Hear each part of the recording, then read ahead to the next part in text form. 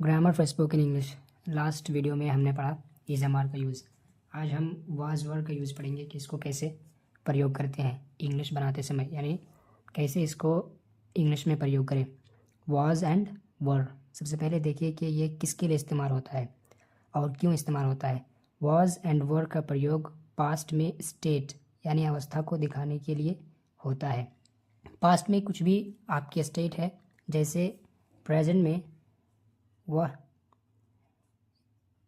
एक लड़का है, तो ये प्रेजेंट में, इसमें प्रेजेंट में लड़का की स्टेट को बताया जा रहा है। अगर पास्ट में करना हो तो आप सिर्फ था लगा दें, तो ये इस लड़के की पास्ट में अवस्था बताना होगा। वाज और वर का प्रयोग किसके साथ होता है? वाज का प्रयोग सिंगुलर सब्जेक्ट के साथ होता है। इंग्लिश में जो भी सब्जेक्ट सिंगुलर ट्रीट किया जाता है उसके साथ हम वाज का प्रयोग करेंगे। जैसे ही एक सिंगुलर सब्जेक्ट है, शी एक सिंगुलर सब्जेक्ट है, दिस एक सिंगुलर सब्जेक्ट है, तो इन सब के साथ हम वाज का प्रयोग करेंगे। और वर का प्रयोग करेंगे प्लुरल सब्जेक्ट के साथ। जो भी सब्जेक्ट प्लुरल हो उसके साथ वर का प्रयोग होगा। जैसे वी एक प्लुरल सब्जेक्ट है, दे एक प्लुरल सब्जेक्ट है और यू एक प्लुरल सब्जेक्ट है। जैसा कि मैंने पास्ट वीडियो में बताया था कि यू हमेशा प्लुरल ही ट्रीट किया जाता है, ये कभी सिंगुलर नहीं होता है। और एक बात याद रखें, इसको वेयर ना पढ़े, ये हमेशा वर पढ़ा जाता है, वर, WERE, वर। आइए अब हम स्ट्रक्चर देखते हैं कि इसको इंग्लिश बनाते समय कैसे स्ट्रक्चर के थ्रू इंग्लिश ट्रांसलेट करें। एफर्मेटिव सेंटेंस में सबसे पहले हम सब्जेक्ट को रखते हैं, फिर वाज वर और ऑब्जेक्ट को। मैंने पास्ट वीडियो में बताया था कि सब्जेक्ट किसको कहते हैं, जिसके बारे में बताया जाए उसको हम क्या कहेंगे, सब्जेक्ट कहेंगे। जैसे यहाँ पर वह एक लड़का है, तो वह के बारे में बताया जा रहा है, तो यहाँ पे क्या हो जाएगा, वह सब्जेक्ट हो जाएगा। तो सबसे पहले हम सब्जेक्ट को रखेंगे, उसके बाद वाज वर, फिर other part of the sentence. Negative में स्ट्रक्चर होगा subject plus was were plus not, यानी वाज वर के बाद हम सिर्फ नॉट का प्रयोग कर देंगे तो नेगेटिव बन जाएगा। जैसे वह एक लड़का नहीं था, तो यहाँ पर नहीं आया तो ये नेगेटिव सेंटेंस बनेगा और स्ट्रक्चर ये यूज़ होगा। वाज वर के बाद सिर्फ नॉट लगा देंगे। इंट्रोगेटिव सेंटेंस अगर बनाना हो तो हम वाज वर को शुरू में लेके आ जाते हैं और उसके बाद सब्जेक्ट डालते हैं। यहाँ पर सब्जेक्ट छुटा हुआ है, फिर ऑब्जेक्ट डालते हैं। और ये WH ऑप्शनल है, अगर WH क्वेश्चन बन रहा है तो हम सिर्फ WH वर्ड को यहाँ डाल देंगे और हमारा सेंटेंस बन जाएगा। अगला देखें, निगेटिव इंट्रोगेटिव। सबसे पहले अगर WH कोई क्वेश्चन हो तो हम उस वर्ड को लाएंगे, फिर वाज वर लाएंगे, फिर लाएंगे सब्जेक्ट, फिर नॉट, फिर other part of this sentence. आइए कुछ एग्जांपल देखते हैं कि इसको कैसे यूज़ करके हम ट्रांसलेट कर सकते हैं। सबसे पहला सेंटेंस है, वह अपने पापा के साथ है। इसमें सब्जेक्ट क्या है, किसके बारे में बताया जा रहा है, इस वह के बारे में बताया जा रहा है, तो ये सब्जेक्ट हो जाएगा ही। अब है तो ये प्रेजेंट है।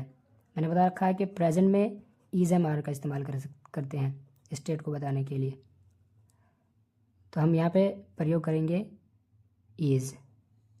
अपने पापा के साथ, विद हिज फादर।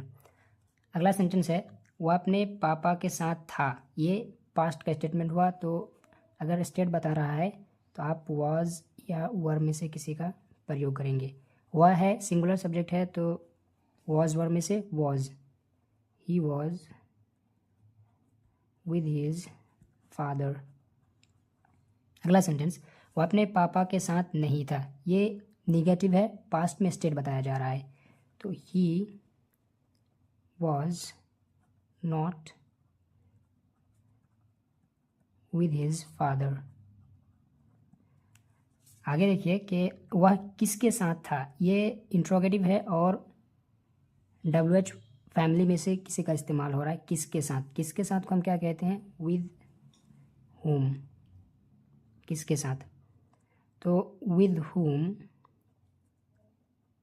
अब सब्जेक्ट है ही, तो ही से WH वर्ड है, यहाँ पे देखिए वाज वर्ड में से किसी का प्रयोग करना है, तो सिंगुलर सब्जेक्ट है was, he was, with home was he, वह किसके साथ था। उसका घर कितनी दूर पर था। कितनी दूर को हम इंग्लिश में क्या कहते हैं, हाउ फार। अब देखिए उसका अगर एक सिंगुलर सब्जेक्ट है तो हाउ फार, पास्ट में बताया जा रहा है, वॉज वर्ब में से किसी का प्रयोग होगा, वॉज हिज हाउस, वह घर में है। प्रेजेंट में स्टेट बताया जा रहा है, इज एम आर में से किसी का, वह घर में है, ही इज एट होम। हम घर में थे, पास्ट में बताया जा रहा है, वॉज वर्ब में से किसी का, और इसमें सब्जेक्ट हम है, वी, तो प्रयोग करेंगे वी वर एट होम।